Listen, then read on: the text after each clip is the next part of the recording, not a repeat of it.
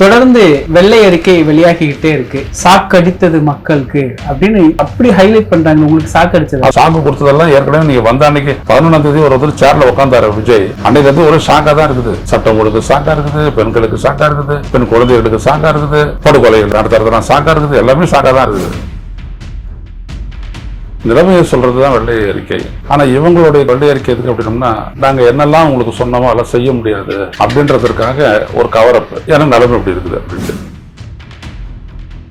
நீங்க என்ன சொல்றீங்க? ஒரு 1,80,000 கோடி இன்னைக்கு மின்சாரத்துறை எடுத்துக்கிட்டா 1,80,000 கோடி வந்துட்டு எங்க போச்சுன்னே தெரியல அப்படின்றீங்க. என்னோட கேள்வி ரொம்ப சிம்பிள். அவங்க மின்சாரத்தை சரியா தந்தாங்க, உங்களாலையும் தர முடியல. பீஸ் கேரியரை புடிங்கிட்டாங்க. அவங்களுடைய ஆட்கள் செம்மறி ஆடு, வெள்ளாடு, இந்த கதையெல்லாம் ஆட்டு கதையெல்லாம் சொல்லக்கூடாது. கடந்த ஆட்சியாளர்கள் ஜெயலலிதா, எடப்பாடி, ஓபிஎஸ், ஸ்டாலின் வரைக்கும் யாருமே நிர்வாகத்தை சரியா பயன்படுத்தல. உங்களுக்கு எப்படி நிர்வாகம் தெரியும்? என்ன அனுபவம் இருக்கு உனக்கு? சும்மா அவங்க கொடுக்குற ஸ்டாட்டிஸ்டிக்ஸை ஒரு ப்ரொஜெக்டடா தூக்கி விட்டு காட்டியிருந்தேன். பஸ்ல போறது என் நீண்ட நாள் கனவு அப்படின்னு சொன்னாராம். பஸ்ல போறது நீண்ட நாள் கனவு. பஸ்ல போய் ஆய்வு செய்த முதலமைச்சர் எந்த முதலமைச்சராவது இப்படி பஸ்ல போயிருக்கிறாங்க? என்ன ஆய்வு சொன்னாரு? உட்காந்துக்கிட்டு போற வழியெல்லாம் போட்டோ எடுத்துட்டு போனார். அதானே அது போயிட்டு ஆய்வாமா? அது இந்த மாதிரி பில்டப் எல்லாம் யார் வேணாலும் கொடுக்கலாம். அச்சீவ் பண்ணணும். ஊழல முழுவதுமா ஒழிச்சிட்டோம் அப்படின்னு சொல்றாங்க. நீங்க நியூஸ்ல கூட பாத்திருப்பீங்க. கூட இருக்கிறவங்க எல்லாம் யாரு? அதை ஒழிச்சுதான் அரைச்சு ஊழல ஒழிச்சிருவீங்களா நீங்க? போங்கடா எத்து போன அரசியல் பண்றவங்க.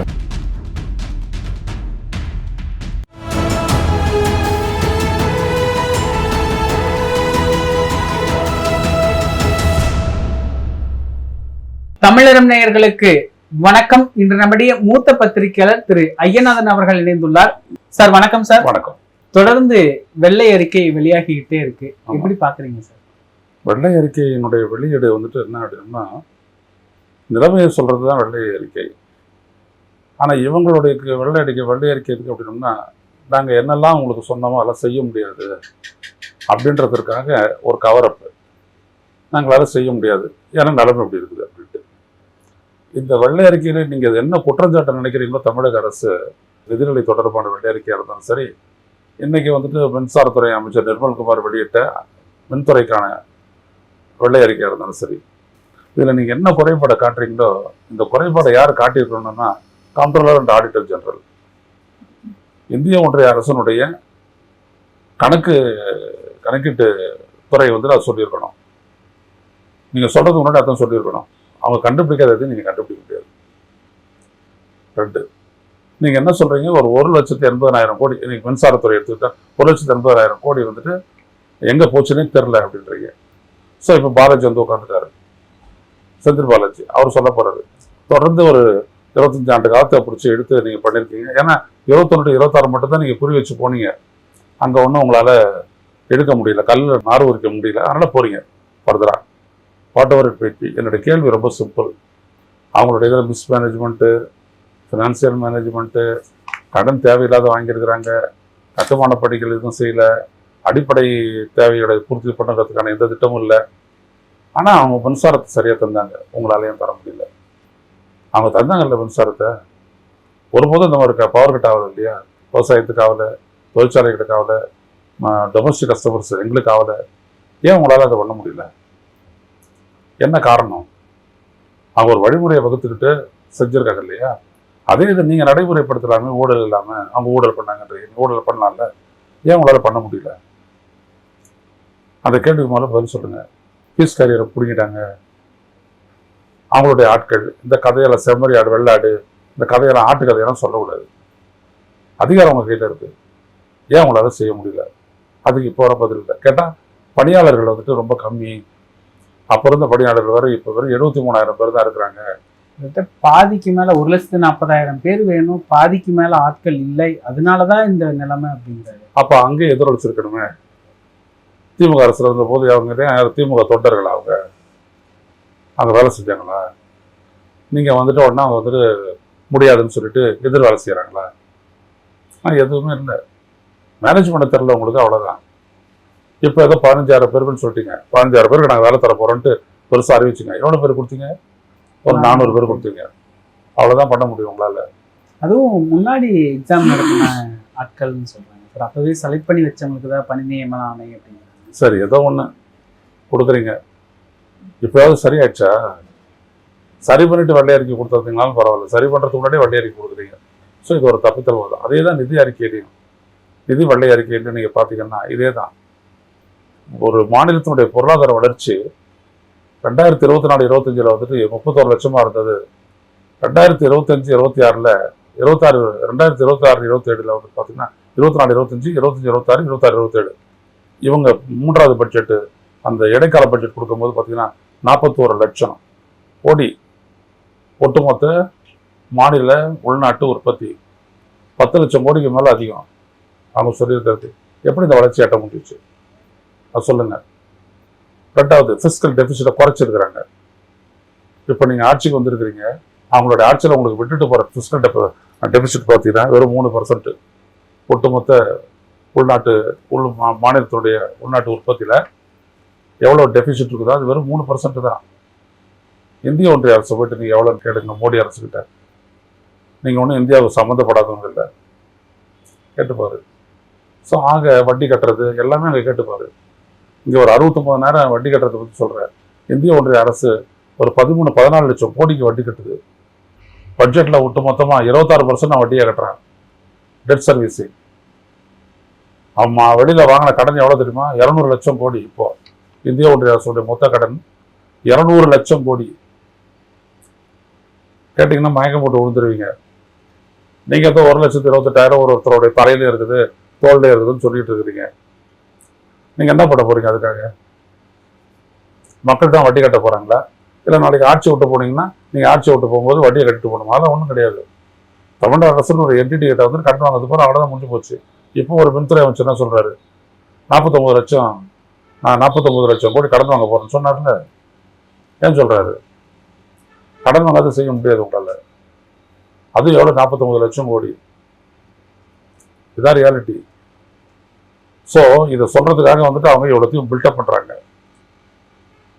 இதுதான் ரொம்ப முக்கியம். ஒரு துறையினுடைய எஃபிஷியன்சி இஸ் வெரி இம்பார்ட்டன்ட். தென் மேனேஜ்மெண்டோட ரிசல்ட்டே வந்துட்டு எஃபிஷியன்சியில் முடியணும்.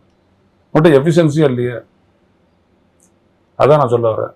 கடந்த ஆட்சியாளர்கள் யாருமே சரியில்லை. ஜெயலலிதா, எடப்பாடி, ஓபிஎஸ், ஸ்டாலின் வரைக்கும் யாருமே சரியில்லை. யாருமே நிர்வாகத்தை சரியா பயன்படுத்தல. உங்களுக்கு எப்படி நிர்வாகம் தெரியும்? இந்த நிறுவனங்களுக்கு என்ன நிர்வாகம் தெரியும்? சும்மா ஒரு உதாரணத்துக்கு என்ன நிர்வாகம் தெரியும் உனக்கு? என்ன அனுபவம் இருக்கு உனக்கு? இந்த வெள்ளை அறிக்கையை வந்துட்டு இப்போ வெளியிட்டிய நீ தயாரிச்சதா? அதிகாரிகள் தயாரிச்சாங்க, நீ எடுத்து வந்துட்டு சப்மிட் பண்ற இல்லையா? இதில் என்ன உன்னோட திறமை வெளிப்பட்டு போச்சு? எதுவுமே கிடையாது. சும்மா அவங்க கொடுக்குற ஸ்டாட்டிஸ்டிக்ஸை ஒரு ப்ரொஜெக்டடாக எடுத்து தூக்கி இப்படி காட்டிடுற. புரியுதா? இந்த மாதிரி பில்டப் எல்லாம் யார் வேணாலும் கொடுக்கலாம். அச்சீவ் பண்ணணும். முதல்ல மின் உற்பத்தியை வந்துட்டு அரசுகள், மாநில அரசுகள் ஈடுபடக்கூடாதுன்னு ஒன்றிய அரசு சொல்லியிருக்கு. தனியார்கிட்ட தான் பண்ணணும்.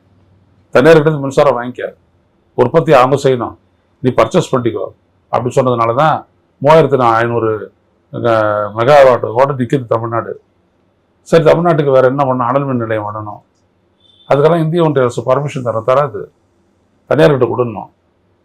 நீங்கள் எதோ சொல்கிறீங்களே உள்கட்டமைப்பு வசதிகளை மேம்படுத்தணுன்ட்டு, முடியாது. அது என்னன்னு தெரியாது, பாலிசி என்னன்னு தெரியாது பேசிட்டு இருக்கிற நீ. அது போயிட்டு பாரு, ஒன்றும் பண்ண முடியாது. நிர்வாகமே சரியில்லை, நிர்வாகமே நடத்தல, நிர்வாகமே நடத்த தெரியல அப்படின்னு எப்படி கரெக்டா வந்துச்சு? இது வரைக்கும் ஒரு சீர்திருத்தம் கூட பண்ணல அப்படிங்கிறாரு சார். மின்சாரத்துறையில சீர்திருத்தம்ன்றது வேறுங்க. சீர்திருத்தம் அப்படின்றது என்னது? இந்திய அரசு ஒரு கொள்கையை வெளியிடுது, அது ஒன்று கடைபிடிக்க சொல்றது, அதான் சீர்திருத்தம்ன்றது. அதன்படிதான் ஒரு வருஷமும் நீங்க வந்துட்டு ஏற்றிக்கிட்டே போகணும் கரண்ட் பில்ல அப்படின்னு சொல்றது. புரியுதுங்களா? அப்பதான் நீ வந்துட்டு பிரைவேட்ல இது பண்றவங்ககிட்ட அவன் உயர்த்தினானா அது ஏற்ற மாதிரி நீ செலவு பண்ணி வாங்க முடியும்னு சொல்லிச்சு. அதெல்லாம் இவனுக்கு என்னன்னு தெரியாது.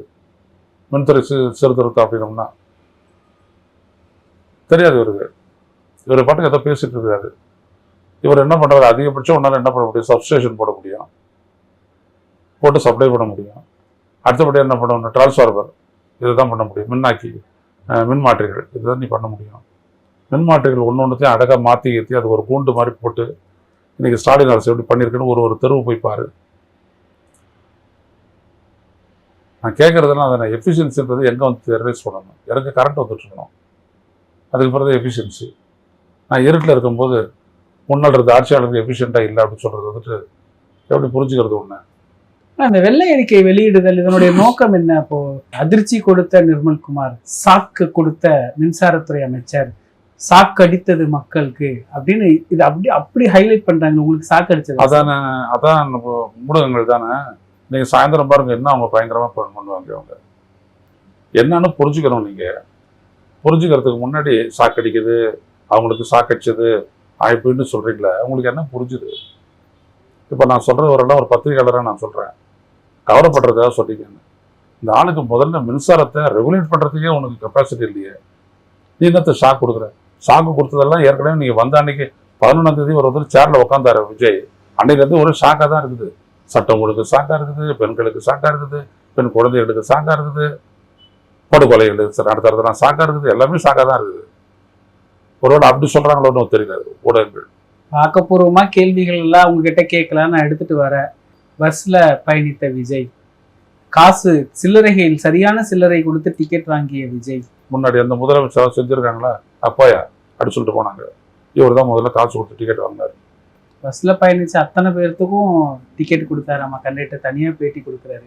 பஸ்ல போறது என் நீண்ட நாள் கனவு அப்படின்னு சொன்னாராம். பஸ்ல போறது 2 நாள் கனவு. பஸ்ல போய் ஆய்வு செய்த முதலமைச்சர், எந்த முதலமைச்சராவது இப்படி பஸ்ல போயிருக்கிறாங்களா? பஸ்ல போயிட்டு என்ன ஆய்வு சொன்னாரு? உட்காந்துக்கிட்டு செல்ஃபி எடுத்தாரு அதானே?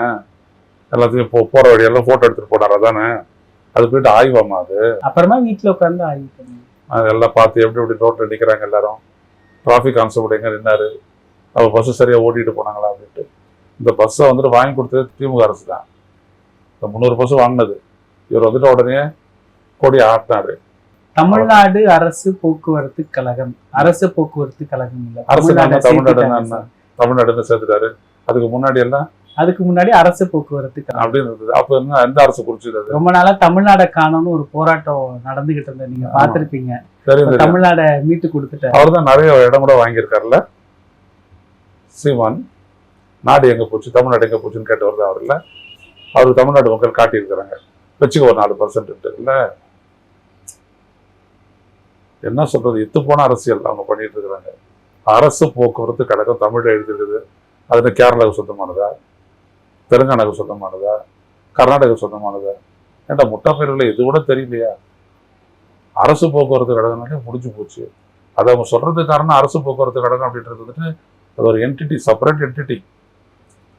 அதுக்குன்னு தனியாக பட்ஜெட் உண்டு. என்டாஸ் பண்ண போறது தமிழக அரசு, அவங்களுடைய கடன் மொத்தத்துக்குன்னா என்டாஸ் பண்ண போறது தமிழக அரசு, அவ்வளவுதான். மற்றபடி அவங்கள தான் செய்ய போறாங்க. Corporation, it is a corporation, state transport corporation. அதான் அரசு போக்குவரத்து கழகம் அப்படின்றது.